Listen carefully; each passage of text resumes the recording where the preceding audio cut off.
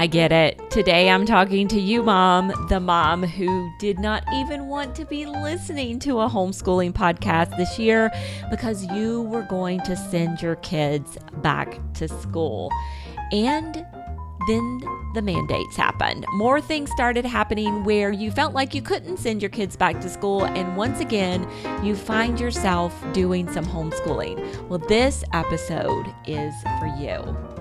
Hi, my name is Pam Barnhill, and I have helped thousands of homeschoolers create doable systems, beat burnout, and bring more joy to their homeschool days. And welcome to episode 2 of 10 Minutes to a Better Homeschool. And today we are talking to the families who are unexpectedly homeschooling again for the coming year.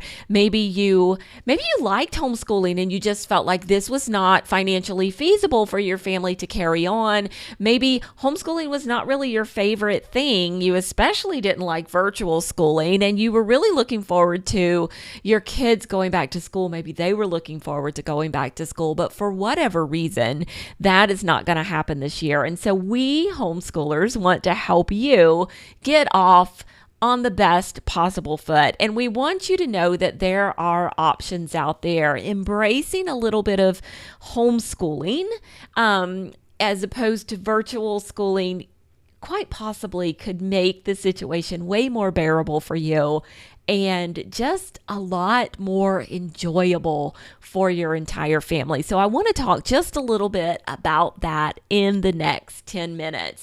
You know, how do you deal with all of this when virtual school isn't working and you want to kind of dip your toes into homeschooling? Well, let's talk about the most important thing that you can do in order to get started. And what I want you to do is I want you to take a really good close look at your child. I want you to stop thinking about, and you can kind of do this now because you're not doing the virtual schooling thing. As a homeschooler, you have a lot of freedom and flexibility when it comes to making your own curriculum. And that starts by looking at the child in front of you. What do they need right now? Not what do they need in the future, not what do they need to prepare them for college unless they happen to be a junior or a senior, but what skills do they need to work on right at this moment? What brings them joy? And then what I want you to do is make about 3 to 5 goals or areas to focus on this year.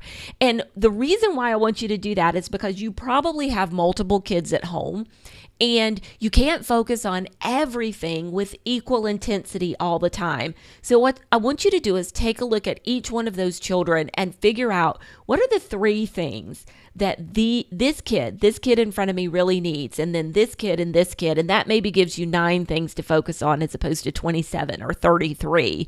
9 things, so much more doable. So what you're going to do is you're going to start with something that they need. What kind of skill do they have that really needs some brushing up? Maybe you noticed last year that they really didn't know their math facts, or that they are a poor writer. They have a hard time organizing their thoughts and maybe making a paragraph. Also look at what do they enjoy doing. So if your child is unexpectedly homeschooling as well, when they expected to go back to school, one of the things that you really want to try to be able to do is bring something to their day that lifts their spirits and is really enjoyable to them. So if they have a passion for Broadway musicals, or if they have a passion for 3D modeling, or if they have a passion for cooking, let's see if we can find some way to bring a little bit of that into their school day as well, so that they have something to look forward to each and every day. So that's the first thing I want you to do. Look at the child in front of you. How can you most help them, and how can you help to make them happy and bring them a little bit of joy? And then the next thing you have to do is you have to start thinking about choosing a curriculum for your homeschool. So if you were virtual schooling, the school was choosing the curriculum. But now as you're moving into what we would kind of call real homeschooling, you, the parent, actually get to choose the curriculum for your child. And I'm just going to throw this out there. The best curriculum is the one that gets done. Let me repeat that one for you. The best curriculum is the one that gets done. Consistency trumps everything. So if you can find a curriculum that is at the very least tolerable, hopefully a little bit enjoyable for you and your child, and it is getting done on a consistent and regular basis, everything is going to be fine.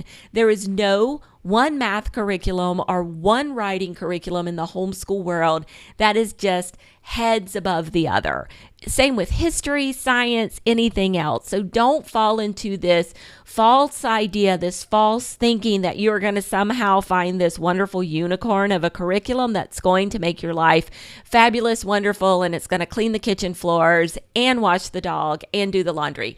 They don't work like that. So what you're looking for is a curriculum that gets done consistently with as much ease as possible for you, the parent, and the child. And when I say ease, I don't mean it needs to be easy for the child. It needs to challenge them somewhat, but it needs to be easy for you, the parent, on all levels, all the time. The other thing I want you to think about is skills versus content. So there are some skills that your child needs to kind of make it in life. They need to be able to read. They need to be able to write. They need to be able to do math.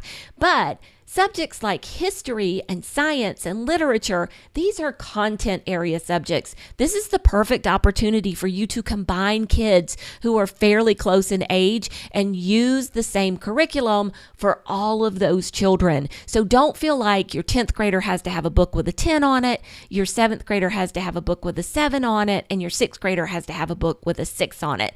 Especially for those content area subjects, combine your kids and make your life easier.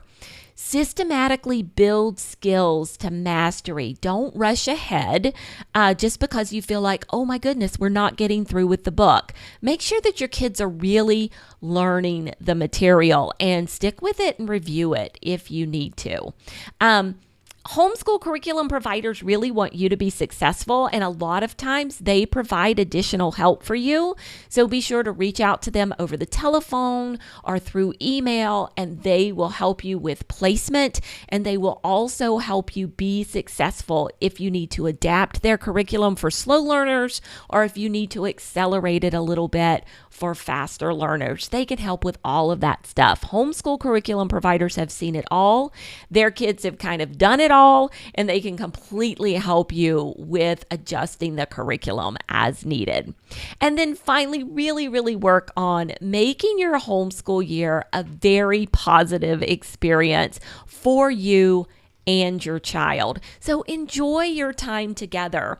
One of my favorite things to do in my homeschool is something that I call a morning basket. This is a time of day when your entire family, your kids, everyone can come together and learn about some really wonderful, fun, interesting, exciting subjects all together as a family. And in our morning basket, we do some literature reading, we do some history reading, we sing some folk songs, we watch a little bit of current events and discuss them. We just have some lovely things that we really, really enjoy in our morning basket. And it's a time in our day that sets the tone for the rest of the day. And it's something that we've been doing forever. It's something that my kids love. Take the time to study things that your child wouldn't have the opportunity to study in school, and stay realistic. 1 year is not going to make or break your child's entire education. Make it a goal to just keep moving forward. It's a marathon. You don't have to finish the race this year. We're looking for lifelong learners coming out on the other side. Your goal this year is to help build that up by giving them the skills they need and giving them the love of learning that they can carry through the rest of their life. Okay, that's it for today's episode of the podcast. I will be back next week. If you need any links to resources or anything that I chatted about today, you can find them on the show notes. Those are at pambarnhill.com/TMBHO2. And until I return, keep on homeschooling.